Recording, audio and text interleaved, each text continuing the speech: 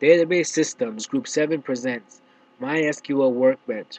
Members in this group are as following: Shafi Dorani, Joshua Inslee, Jordan Campchin, and Daniel Hakimi. On today's agenda, we have insight on our selection process, an introduction to MySQL Workbench, and a demo of the product showing off its technical aspects. Once details about the product are given, we can conclude what advantages and disadvantages there are. And finally, we have the conclusion. Going through our selection process, it was quick and simple. We researched a couple different types of database software, but came to no conclusive discussion on what we're going to do. Finally, our program was given to us in the form of MySQL Workbench. Upon realizing our topic, we dug in and looked at MySQL's competitors like PHP-MyAdmin and WebMin MySQL. This would determine if we wanted to stick with MySQL Workbench or choose another type of database software. In the end, we felt it was best to stick with MySQL Workbench. MySQL Workbench provides a graphical tool for working with MySQL servers and databases. MySQL Workbench provides 5 main areas of functionality. Number 1 is SQL development. It enables you to create and manage connections to database servers.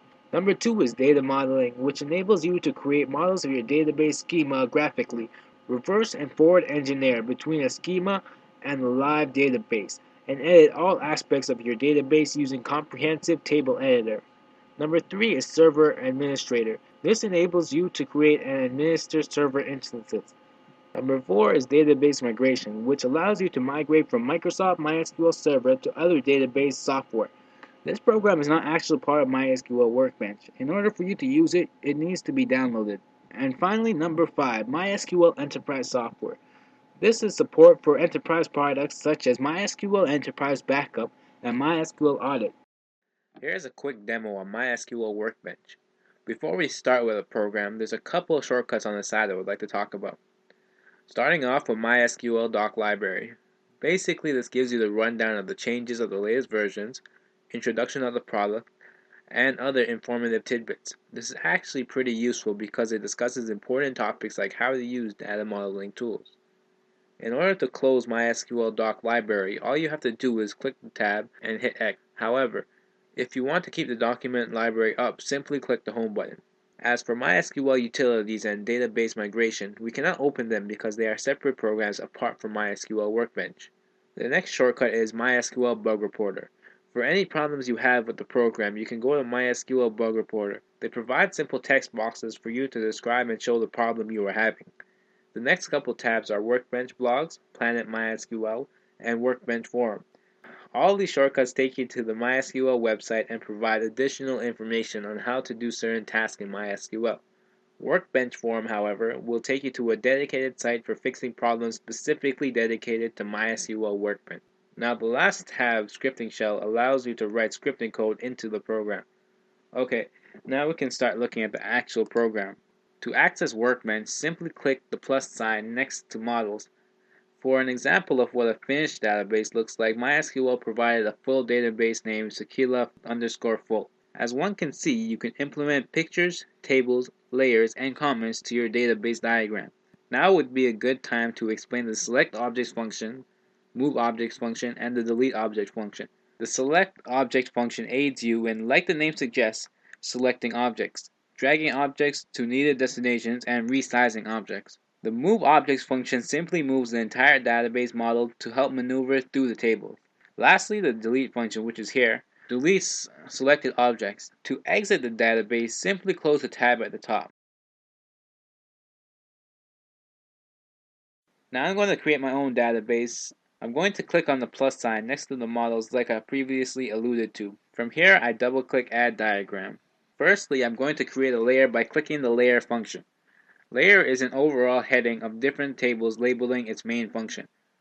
Next, I'm going to add a text box by clicking a new text box tool. Text box will give you further insight towards the operations of the tables we are about to input. With a quick note before that, the tool with a spade on it allows you to add pictures to a diagram. To add a table, click the Add New Table tool. Next, click on wherever you want the table to be. Upon double-clicking on a table, you can add attributes and populate them with information. Once you create a table, the user can now link them with relationships. There are various types of relationships located on the toolbar menu that represent one-to-one, one-to-many, and many-to-many relationships. To implement, simply click on the relationship type and connect the two tables. Here is a quick demonstration on how a database is made.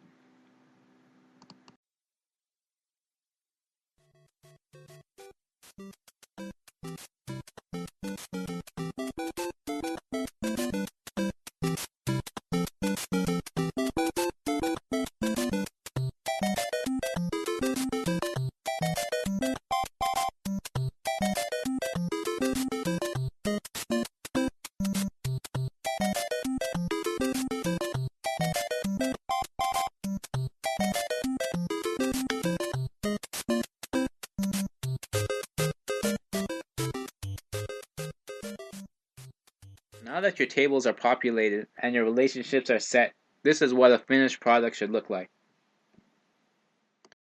So here's a quick rundown of advantages for MySQL Workbench. MySQL supports multiple storage engines. MySQL has high performance compared to other database systems. MySQL is relatively cheaper in terms of cost when compared to other relational databases. In fact, the Community Edition is free. MySQL works on many platforms, which means it can be deployed on most machines, which means high compatibility. MySQL supports creation of multiple models in the same environment. And finally, supports all objects such as tables, views, stored procedures, triggers. Now on the opposite side of the spectrum, I will now talk about the disadvantages of MySQL. MySQL does not support a very large database size as efficiently. For example, MySQL will run slower if it does not have a separate dedicated specific server to MySQL. Using MySQL to create tables in the same database will make operations slow. MySQL does not support roll, commit, and stored procedures in versions less than 5.0. These are statements that provide control over the use of transactions. MySQL transactions are not handled very efficiently. MySQL can be trivial to get it set up and running. Large and advanced configurations can get complex. Other database platforms like Oracle are better for managing large environments. Now on to the conclusion. The Community Edition, what we have tested, gives you all the features you will need. Comparing to other database software, MySQL has high performance. In terms of price comparison with other software, MySQL is relatively cheaper. MySQL runs in many platforms such as Mac or Windows, which is a positive feature. Although MySQL has some disadvantages, its positive features prevail its weaknesses, therefore our group suggests using the software for data modeling and designing.